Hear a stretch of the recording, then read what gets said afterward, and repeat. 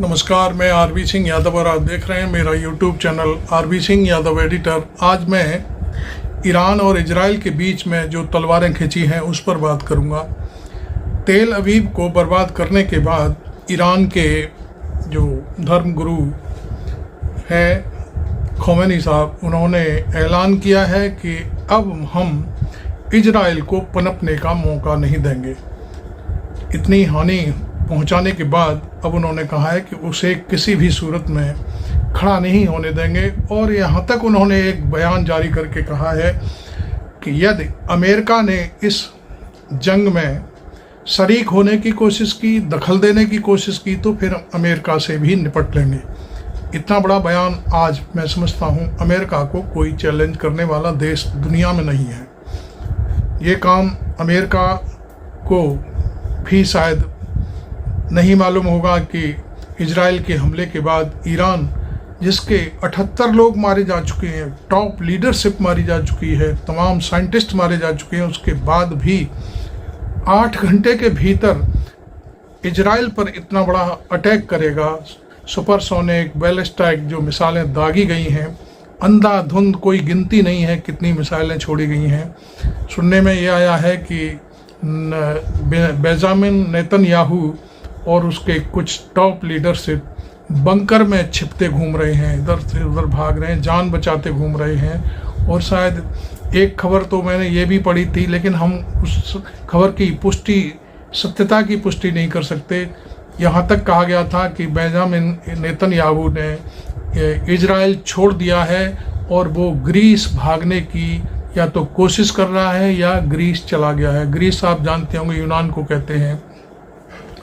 इस तरह से ये सारी चीज़ें बिल्कुल सामने आ रही हैं कि इजराइल, मैं समझता हूँ कि अब तक उसको हमास जैसा ईरान को समझ रहा था कि हमास छोटा सा ज़मीन का टुकड़ा है, वहाँ पर उसको मार गिराएंगे, उनके नेताओं को मार देंगे, वहाँ के जो औरतें हैं, जवान बच्चे हैं, छोटे छोटे बच्चे हैं, उनको मार करके वाहवाही लूटी जा रही थी पूरे दुनिया में। शायद उसे ईरान की ताकत के बारे में नहीं पता था। आपको मालूम है ईरान एक ऐसा देश है, प्राचीन देश है, और हमारी जो आज़ादी हमें मिली है भारत की, उसके बाद जो नेहरू जी, जो जवाहरलाल नेहरू प्रथम प्रधानमंत्री थे, उनके ईरान के साथ तमाम बहुत अच्छे संबंध थे और वो शायद अभी तक कायम थे। लेकिन अब वर्तमान सरकार इस मामले में क्या कर रही है, कोई कुछ कहने की स्थिति में नहीं है। खैर, मैं अब आपको एक ऐसा वीडियो दिखाने वाला हूँ जो तेल अवीव में ईरान के जो हमले हैं उससे दिवाली जैसी चमक, जैसे हमारे भारत में दिवाली जगमग होती है, उसी टाइप से इस तरह की रोशनी फैली हुई है और लोगों में भगदड़ मची हुई है चारों तरफ। अब शायद मुझे लगता है कि पहले वीडियो देख लीजिए, उसके बाद मैं फिर आपके सामने आता हूँ।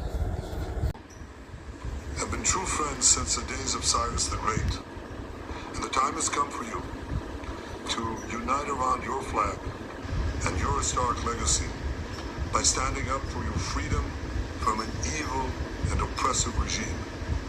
It has never been weaker. दिन में 200 मिसाइलों के जवाब में ईरान के जब कोई 12 की तानाशाह को भरोसा नहीं हो रहा कि ईरान ने उसकी हेकड़ी का बाजा बजा दिया। केवल एक रात पहले ईरान के 6 ठिकानों पर 200 मिसाइलों से हमला बोलने वाला इजराइल रात भर जागता रहा, सो नहीं पाया। 200 मिसाइलों के जवाब में ईरान के जब कोई 1200 मिसाइलों ने उसके 9 सैन्य ठिकानों और तेल अवीव शहर को निशाना बनाना शुरू किया, तो नेतन्याहू और ट्रंप की हिम्मत और दहशत दोनों का कचरा रात का दफ्तर भी इसमें शामिल। अब जो ये खंडहर देख रहे हैं वो इजराइल की राजधानी तेल अवीव में ईरानी बैलिस्टिक मिसाइल के हमले से पहले जगमगा रहा है। लेकिन ईरानी मिसाइलों ने जो दिवाली इजराइल के आसमान में मनाई है, उसने उसके गुरूर पर मातम का टीका मल दिया। ईरानी मीडिया बजे शुरू हुआ हमला सुबह के 7:30 बजे तक जारी रहा। कोई 8 घंटे के इस हमले में ईरान ने इजराइल को संभलने तक का मौका नहीं दिया। उधर अफ्रीकी समुद्र में खड़ा अमेरिकी बेड़ा ताकता रह गया। ईरान ने पहली बार पनडुब्बी से क्रूज मिसाइल दागी और निशाने पर था इजराइल का न्यूक्लियर रिएक्टर। ईरान के ऐसे अचूक हमले से अमेरिका और इजराइल दोनों हक्के बक्के। ईरान F-35 स्टील फाइटर मार गिराए। इसके पहले हूतियों ने 2 F-35 मार गिराए। साफ समझ न्यूक्लियर रिसर्च सेंटर ईरान ने तबाह कर दिया। आपको बता दें कि किरिया को इजराइल का पेंटागन कहा जाता है। IDF के न्यूक्लियर कमांड सेंटर को भी ईरान ने भारी नुकसान पहुंचाया। लेकिन पश्चिमी को बता दें कि गोदी मीडिया केवल भारत में नहीं है, पश्चिम के देशों में भी है। आम दिनों में ये लोकतंत्र चिल्लाता रहता है, लेकिन जैसे ही गोरी चमड़ी की प्रभुता की बात आती है तो ये बिलबिला उठता है, सारा जोर लगा देता है अपने आप को महान, बहादुर और लोकतांत्रिक साबित करने। अमेरिका के पागल सुल्तान के लिए चुल्लू भर पानी में डूब मरने वाली बात यह है कि एलन मस्क ने ईरान का समर्थन करते हुए उसे स्टारलिंक का ऑफर दिया है। लेकिन ईरान फूंक फूंक कर कदम रख रहा है, क्योंकि हो सकता है कि ये अमेरिकी जासूसी की कोई चाल। इस हमले के बाद ईरान के सुप्रीम लीडर आयतुल्लाह खामनेई ने कहा, हम कसम खाते हैं कि तेहरान तेल अवीव को बर्बाद करके छोड़ेगा।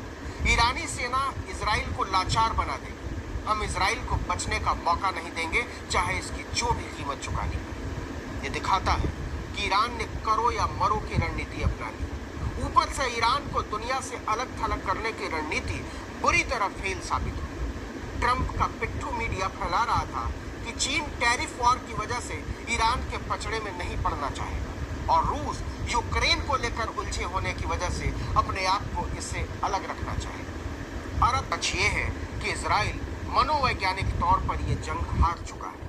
ये पोल खुल चुकी है कि उसकी बर्बरता को America, France, Germany, England, Australia और कनाडा जैसी विश्व शक्तियों के खुले समर्थन और सहयोग के बावजूद अकेले अपने दम पर ईरान ने न केवल भेद कर रख दिया है, बल्कि उसके शक्तिबोध को छेद कर दिया है। जिन देशों के महामानवों ने अमेरिका के दलाल बीबी माई फ्रेंड के झांसे में आकर अपनी 75 साल पुरानी मानवता और न्याय आधारित विदेश नीति में आग लगा डाली थी, उनकी समझ में अभी तक नहीं आया है कि इस पर बोलना क्या है। जब वे देखिए वीडियो और फिर उसके बाद इस हमले के क्या मायने हैं वो मैं आपको बहुत तफसील से समझाने वाला हूं। देखिए वीडियो।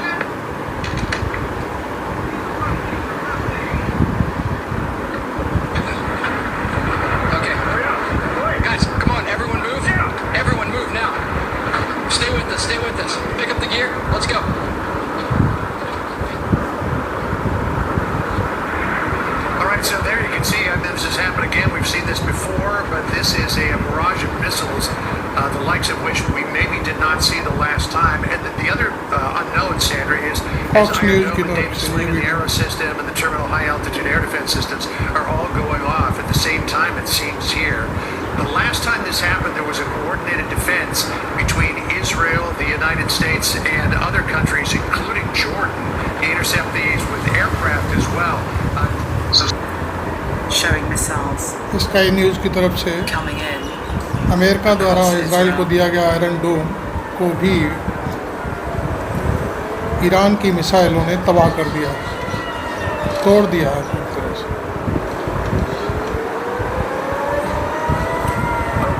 आयरन डोम भी नहीं रोक सका ईरानी मिसाइलों को।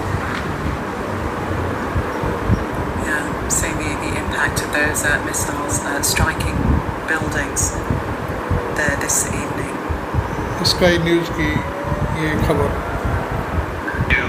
That among the targets were Israeli airfields, but also, and this is crucial, the headquarters of Mossad, the International Intelligence Service of Israel, which is CNN news कहता है कि Tel Aviv. It's Hamas the ने northern part of Tel Aviv, but it's in the Israel city. कहता है It's in Hamas a ने densely populated area, and of course the रिहायशी concern is इलाके that हैं, वहाँ पर they're अपने firing, दफ्तर even बनाए though हुए हैं, लेकिन Iran यहाँ might भी तो consider that a इजराइल ने military अपने target, दफ्तर it is in a densely रिहायशी populated इलाकों में ही city, बनाए हुए हैं। with civilians Clear around it, and that's बात just की है one उन्होंने। more layer of escalate. जबरदस्त था। ईरान ने 13 जून 2025 की रात को तेल अवीव समेत कई इस्राएली शहरों पर 150 से ज्यादा बैलिस्टिक मिसाइलें और 100 से ज्यादा ड्रोन दागे। तेल अवीव में कई मिसाइल गिर गईं, जिससे एक रिहायशी बिल्डिंग में आग लग गई और कई अपार्टमेंट्स को भारी नुकसान पहुंचा है। आसपास की इमारतों के शीशे टूट गए और मलबा बिखर गया। इस्राएली इमरजेंसी सर्विसेज के मुताबिक तेल अवीव में कम से कम 21 लोग घायल हुए, जिनमें 2 की हालत गंभीर है। कुल मिलाकर पूरे इस्राएल में 1 मौत, 63 लोग घायल हुए हैं। टारगेट्स में तेल अवीव के रिहायशी इलाके, कुछ मिलिट्री साइट्स और एयर बेसेस शामिल थे। हालांकि इस्राएल ने कई मिसाइलें इंटरसेप्ट कर ली, लेकिन कुछ मिसाइलें अपने टारगेट पर लग गईं और नुकसान हुआ। कुल मिलाकर हमला बहुत बड़ा था, काफी मिसाइलें दागी गईं और तेल अवीव में आम लोगों और इमारतों को काफी नुकसान पहुंचा है। दोस्तों, अब मैं आपको Mike Page, and we continue to bring you breaking news coverage right now. Crisis in the Middle East. We are learning right now from the IDF. They say their defense systems right now are intercepting threats, and we are seeing that actually right now in the sky over Israel right now, and they are intercepting these threats, and we are continuing to follow the latest for you here on Live Now from Fox, but a very active and fluid situation that is happening. IDF has identified missiles launched towards Israel, and those detected missiles are continuing to be tracked and intercepted right now in the sky, but this comes as a very, very high tense really moments that are going to be playing out all weekend right now in the Middle East, as Iran said yesterday that they would be responding to the threats that they felt like that were given by Israel. And again, some more updates are coming in, and we are waiting to get you those updates here in real time. We are learning that a new message has been put out. Let me just read that for you here in moments, and we'll be able to get you those details. तमाम sources के ज़रिए हमने आपको ये दिखाया कि Iran ने ज़बरदस्त हमला किया है और उसके जो आयरन डोम था, जो मिसाइलों को इंटरसेप्ट करता है, उसको भी ईरानी जो मिसाइलें हैं उन्होंने तोड़ दिया है। और तेल अवीव सहित कई शहरों पर भारी बमबारी हुई है और उसमें तमाम नुकसान हुआ है। एक व्यक्ति की मौत की खबर भी दी है फॉक्स न्यूज़ ने, और सैकड़ों की संख्या में लोग घायल हुए हैं, ऐसा बताया गया है। with missile barrage. CNN क्या कहता है उसके एक एक शब्द पर गौर किया जाए। दोस्तों, को इसराइल के कई इलाकों पर जवाबी हमला किया, क्योंकि इसराइल ने ईरान के मिलिट्री और न्यूक्लियर ठिकानों पर अटैक किया था। ईरान ने शुक्रवार शाम को कहा उसने इसराइल पर सैकड़ों तरह की बैलिस्टिक मिसाइलें दागी हैं और इसे अपने कुचल देने वाले जवाब की शुरुआत बताया। ईरानी सरकारी न्यूज एजेंसी इरना ने कहा, अभी कुछ देर पहले हमने सैकड़ों बैलिस्टिक मिसाइल कब्जे वाले इलाकों की तरफ दागी और ये ज़ायनी शासन के जघन्य हमले का निर्णायक जवाब है।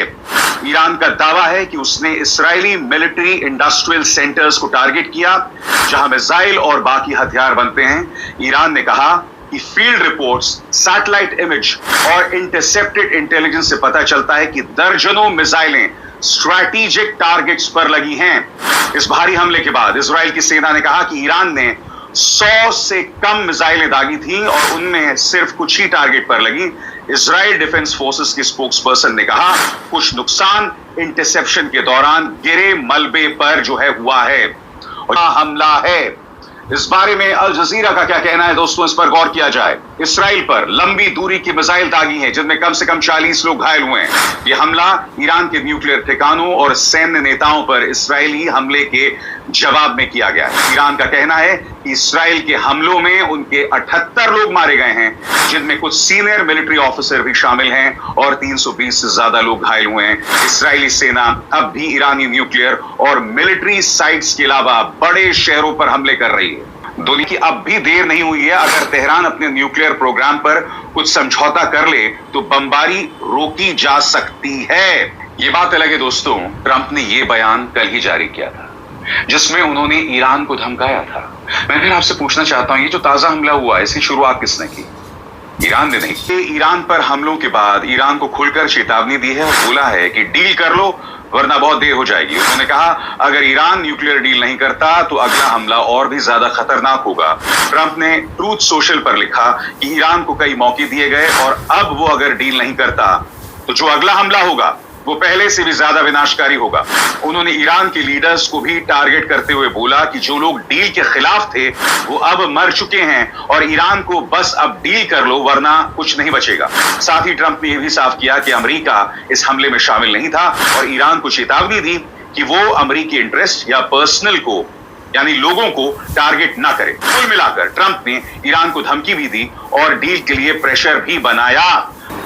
आपने देखा ट्रंप का बयान और अंसार शर्मा के चैनल से हमने ये स्क्रिप्ट ली थी और मैं समझता हूँ कि ईरान शायद अब झुकने वाला नहीं है। अमेरिका की जो ठिकाने हैं उन पर भी वो शायद कुछ हमले कर सकता है और बाकी तो सब आगे देखा जाएगा क्या होना है।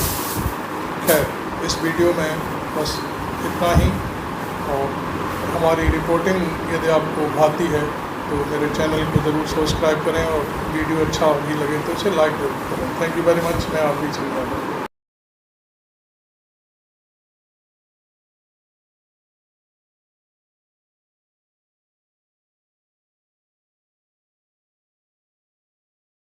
आपने ये देखा वीडियो, हमने ये वीडियो जो भाई नवीन कुमार हैं हमारे जाने माने पत्रकार, उनकी कुछ क्लिपिंग भी हमने ली हैं। उनके द्वारा जो कुछ तथ्य शूट किए गए या उन्होंने कलेक्ट किए हैं उन्हीं को हमने आपके सामने भी रखा है। थोड़े 2-3 मिनट के हैं।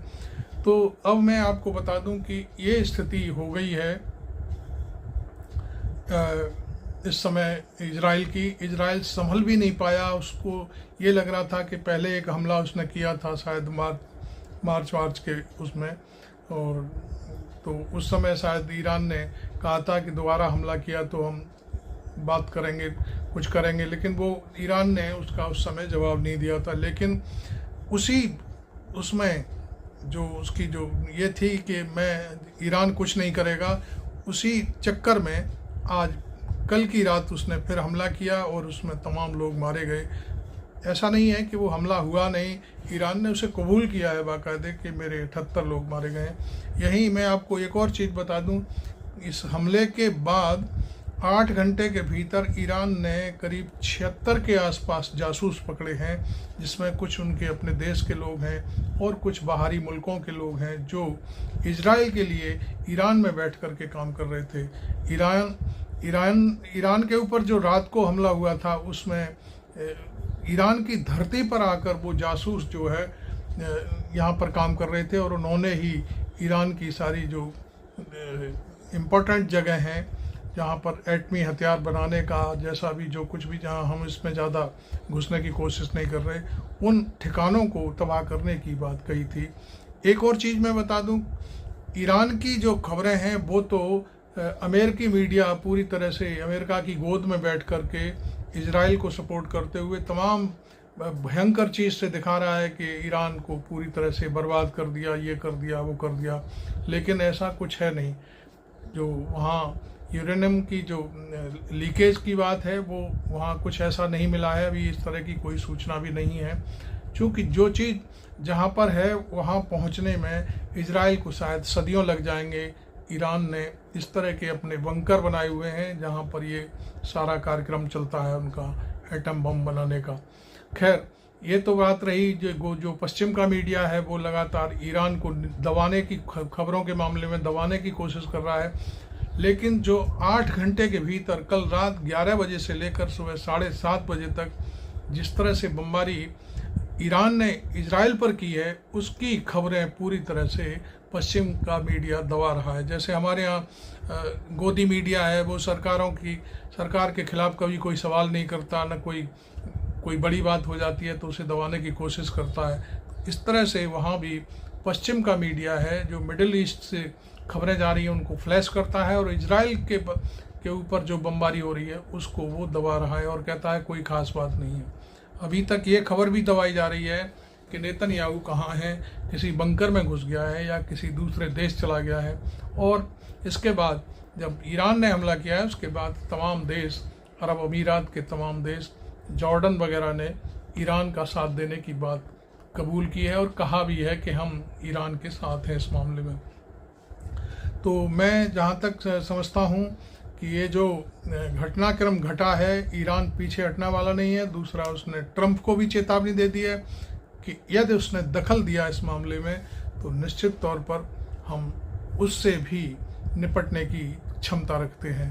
इधर जो भूमध्य सागर का जो पूर्वी इलाका है उसमें जो इजराइल के करीब आकर के जो युद्धपोत अमेरिका ने भेजा था, उस युद्धपोत के पास जो डोम वगैरह थे, जो कुछ भी थे, उन्हें जो दिए इनको इजराइल को दिए थे वो सारे नष्ट कर दिए गए हैं। और जो ईरान का जो हमला था उस हमले का वो जो युद्धपोत है कोई जवाब नहीं दे सका, जवाब दे भी नहीं सकता। हालांकि वो कह रहा है कि हमारी नज़र में था ईरान पर जो हमला किया और ये किया, वो धमकाने की कोशिश, इस तरह से वो बंदर घुड़की देते हैं, इस टाइप से गुंडागर्दी जैसे बयानबाजी करता रहता है ट्रंप। लेकिन मुझे लगता है कि इस जंग में अब वो ईरान को दबा नहीं सकता किसी भी सूरत में। हालांकि रूस और चाइना दोनों ईरान के साथ हैं। अभी हमारे भारत देश की स्थिति साफ नहीं है कि वो किधर जाएगा। हालांकि हमारे जो व्यापार हैं 2019 के बाद से शायद 87 या 83% व्यापार हमारा ईरान के साथ कम हुआ है। ये बहुत बड़ी बात है, क्योंकि नरेंद्र मोदी जो हमारे पीएम हैं उन्होंने इजराइल का हाथ थामा है और इजराइल में तमाम लोगों को यहाँ से भेजा भी है, वो वहाँ पर काम भी करते हैं। लेकिन अब यहाँ विदेश मंत्रालय ने अपने नागरिकों के लिए इजराइल में बाकायदे एक गाइडलाइन जारी कर दी है, जो जिस तरह से होती है कि खुद को सुरक्षित रखें और बचाव की कोशिश करें। तो खैर ये सारी चीज़ें थी। हमारा मकसद अभी यही था कि हम जो युद्ध में ईरान जिस तरह से तेज़ी से आगे बढ़ा है, हो सकता है कि ये उसकी तेज़ी शायद बनी रहे और इसको ईरान को हमास न समझा जाए। तो अब मैं इस वीडियो को अब यहीं समाप्त करते हुए आपसे एक बार निवेदन करूंगा कि आप इस वीडियो को मानते हैं कि ये ठीक बना है तो आप इसे लाइक ज़रूर करें, और चैनल अभी तक सब्सक्राइब नहीं किया है इसी तरह की खबरें देखने के लिए तो मेरे चैनल को भी सब्सक्राइब कर लें, जिससे इस तरह की जो हम ताज़ा खबरें हैं, ये देर रात 1 बजे मैंने ये वीडियो शूट किया है और अब मैं इसे पोस्ट करूंगा, क्योंकि ये देर रात तक की खबरें हमारे पास आती हैं तो हम उन्हें आप तक पहुंचाने की कोशिश करते हैं। Thank you very much. मैं आरबी सिंह यादव।